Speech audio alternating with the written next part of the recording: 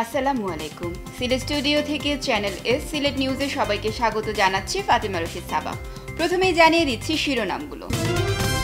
হজ ব্যবস্থাপনা অন্যান্য বছরের তুলনায় কিছুটা ভালো হলেও বরাবরের মতো এবারও বাড়ি ভাড়া ফ্লাইট পরিচালনা সহ নানা ত্রুটি বিচ্যুতি। মক্কায় বাড়ি ভাড়া সংক্রান্ত জটিলতার কারণে 18,000 হজ যাত্রীর হজে যাওয়া অনিশ্চিত। বাঙালির ইতিহাসে শোকের মাস, আগস্টের প্রথম দিনে সিলেট আওয়ামী লীগের শোক মিছিল। বন্যা পরবর্তী অসহায় মানুষকে নগদ অর্থ সাহায্য প্রদান করেছে দৌলতপুর ওয়েলফেয়ার সোসাইটি, কৃতজ্ঞতা প্রকাশ। বর্তমান সরকার দেশের প্রতিটি সেক্টরে অভূতপূর্ব উন্নয়ন করে যাচ্ছে। প্রায় 1 কোটি টাকা ব্যয় বিদ্যালয়ের ভবন সহ বিভিন্ন উন্নয়ন প্রকল্পের উদ্বোধনকালে মুহিবুর রহমান মানিক এমপি। যুক্তরাজ্যস্থ চ্যারিটি সংস্থা আল মুস্তফা ট্রাস্টের উদ্যোগে সিলেটে 281 জন দরিদ্র মানুষকে বিনামূল্যে চক্ষু সেবা প্রদান এবং হাওরের ভাসান পানিতে মাছ ধরার দাবিতে সুনামগঞ্জে জেলে ও কৃষকদের মানববন্ধন। এতক্ষণ শিরোনাম শুনছিলেন, এবারে বিস্তারিত।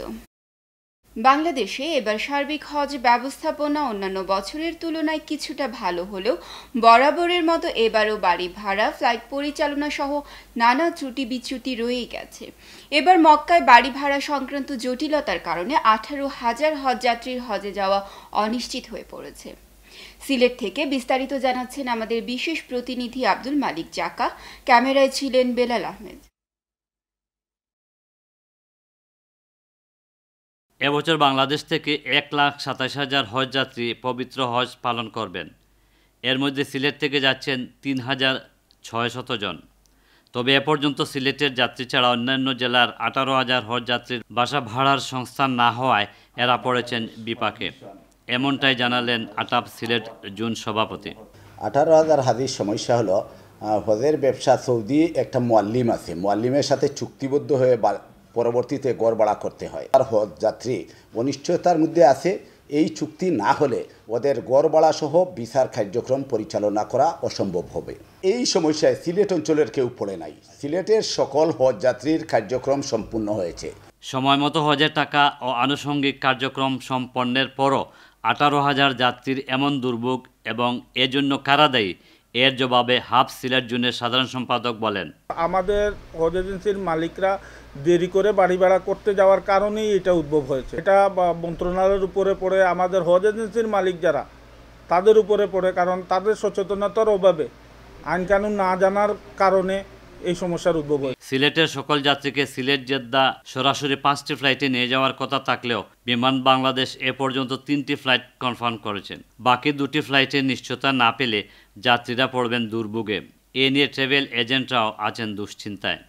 আমাদের সিলেটে আপাতত আমরা এক ফ্লাইট সমস্যা ছাড়া আমাদের আর কোনো সমস্যা নাই। অত্যন্ত দুঃখের সাথে বলতে হচ্ছে যে এই বছর বিমান কর্তৃপক্ষের কাছ থেকে আমরা আশানুরূপ সেভাবে আমাদের চাহিদা মতো ফ্লাইট আমরা পাচ্ছি। তবে সিলেট থেকে এবার যারা হজে যাচ্ছেন তাদের অনেকেই সংশ্লিষ্ট এজেন্টদের হজ ব্যবস্থাপনায় সন্তুষ্ট।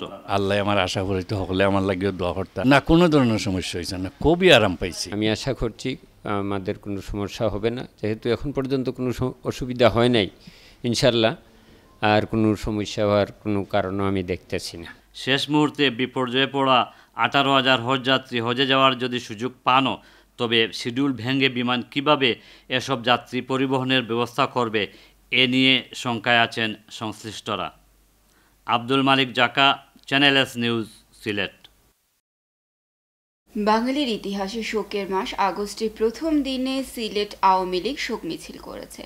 মঙ্গলবার দুপুরে রেজিস্ট্রারি মাঠ থেকে শোক মিছিলটি বের হয়ে মহানগরীর বিভিন্ন গুরুত্বপূর্ণ সড়ক প্রদক্ষিণ করে সিলেট কেন্দ্রীয় শহীদ মিনারে গিয়ে শেষ হয়। শোক মিছিল শুরুর প্রাক্কালে অনুষ্ঠিত হয় সমাবেশ। এতে প্রধান অতিথি ছিলেন আওয়ামী লীগের কেন্দ্রীয় সাংগঠনিক সম্পাদক অ্যাডভোকেট মিসবাউদ্দিন সিরাজ। সভাপতিত্ব করেন আওয়ামী লীগের কেন্দ্রীয় নির্বাহী সদস্য মহানগর সভাপতি বদরউদ্দিন আহমদ কামরান। আরও বক্তব্য রাখেন ভারপ্রাপ্ত জেলা সভাপতি অ্যাডভোকেট লুৎফুর রহমান, সাধারণ সম্পাদক শফিকুর রহমান চৌধুরী ও মহানগর সাধারণ সম্পাদক আসাদউদ্দিন আহমদ। এছাড়াও বিভিন্ন অঙ্গ ও সহযোগী সংগঠনের নেতা কর্মীরা শোক মিছিলে যোগ দেন। এদিকে যুবলীগ মৌলভীবাজার জেলা শাখার উদ্যোগেও শোকাবহ আগস্ট স্মরণে আলোচনা সভা ও মিলাদ মাহফিল অনুষ্ঠিত হয়েছে। শোকাবহ আগস্টের প্রথম দিনে মৌলভীবাজার পৌর জনমিলন কেন্দ্রে জেলা যুবলীগের সভাপতি নাহিদ আহমদের সভাপতিত্বে বঙ্গবন্ধু শেখ মুজিবুর রহমান সহ 15ই আগস্টে ঘাতকদের গুলিতে নিহতদের স্মরণে 1 মিনিট নীরবতা পালন শেষে আলোচনা সভা হয়েছে।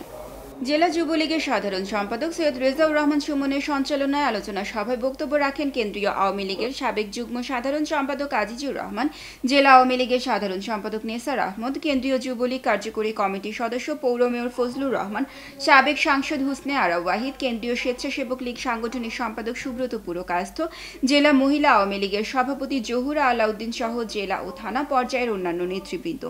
আলোচনা সভা শেষে মিলাদ ও দোয়া হয়েছে।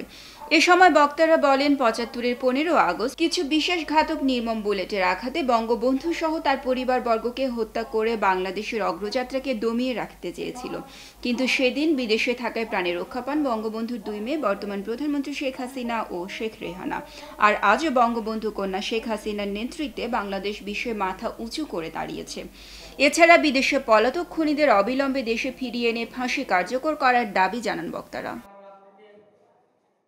বড়লেখা উপজেলার নিজ বাজাদুরপুর ইউনিয়নের দৌলতপুর চরিয়া পকুয়া গ্রামের বন্যার্থদের পুনর্বাসনের লক্ষ্যে দৌলতপুর ওয়েলফেয়ার সোসাইটির অর্থ বিতরণ কার্যক্রম সম্পন্ন হয়েছে। দৌলতপুর সরকারি প্রাথমিক বিদ্যালয় কক্ষে এ অর্থ বিতরণ সম্পন্ন হয়। তরুণ সংগঠক আবু জামানের পরিচালনায় এতে সভাপতিত্ব করেন দৌলতপুর সিনিয়র মাদ্রাসার পরিচালনা কমিটির সভাপতি মাওলানা AKMA শাকুর। বক্তব্য রাখেন দৌলতপুর ওয়েলফেয়ার সোসাইটি যুক্তরাষ্ট্র শাখা সহ সভাপতি সমাজসেবক ফয়জুল হক, যুক্তরাষ্ট্র শাখা সদস্য শাহাবুদ্দিন, বিশিষ্ট মুরব্বী হাজি ইলিয়াস আলী, দৌলতপুর সরকারি প্রাথমিক বিদ্যালয় প্রধান শিক্ষক মাওলানা আব্দুল সবুর, ইউপি সদস্য শামীম উদ্দিন, বীর মুক্তিযোদ্ধা রফিক উদ্দিন, বড়লেখা প্রেস ক্লাবের সদস্য কাজী রমিজউদ্দিন, মাওলানা কমরউদ্দিন বাদশাহ সহ আরও অনেকে।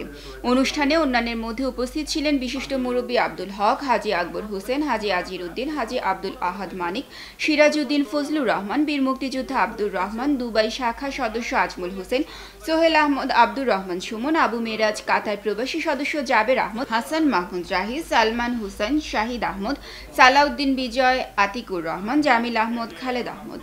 শিক্ষা প্রসার ও মানবতার কল্যাণে কাজ করার জন্য 2016 সালে বৃহত্তর দৌলতপুর গ্রামের যুক্তরাষ্ট্র, যুক্তরাজ্য সহ বিশ্বের 10টি দেশে বসবাসরত প্রবাসীদের নিয়ে গঠিত হয় দৌলতপুর ওয়েলফেয়ার সোসাইটি। বন্যা পরবর্তী সময়ে বন্যার্থদের মধ্যে ত্রাণ সামগ্রীও বিতরণ করেছিল সংগঠনটি। সংগঠনের এই কার্যক্রম অব্যাহত রাখার অঙ্গীকার করেছেন কর্মকর্তারা।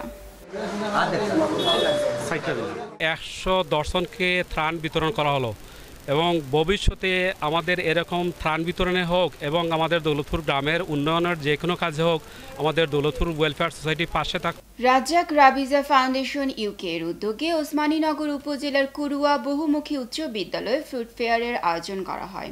এ সময় শিক্ষার্থীদের মধ্যে দেশীয় বিভিন্ন প্রজাতির ফল দেয়া হয়। একই দিন যুক্তরাজ্য প্রবাসীদের সাথে স্কুল পরিচালনা কমিটির এক মতবিনিময় সভার আয়োজন করা হয়।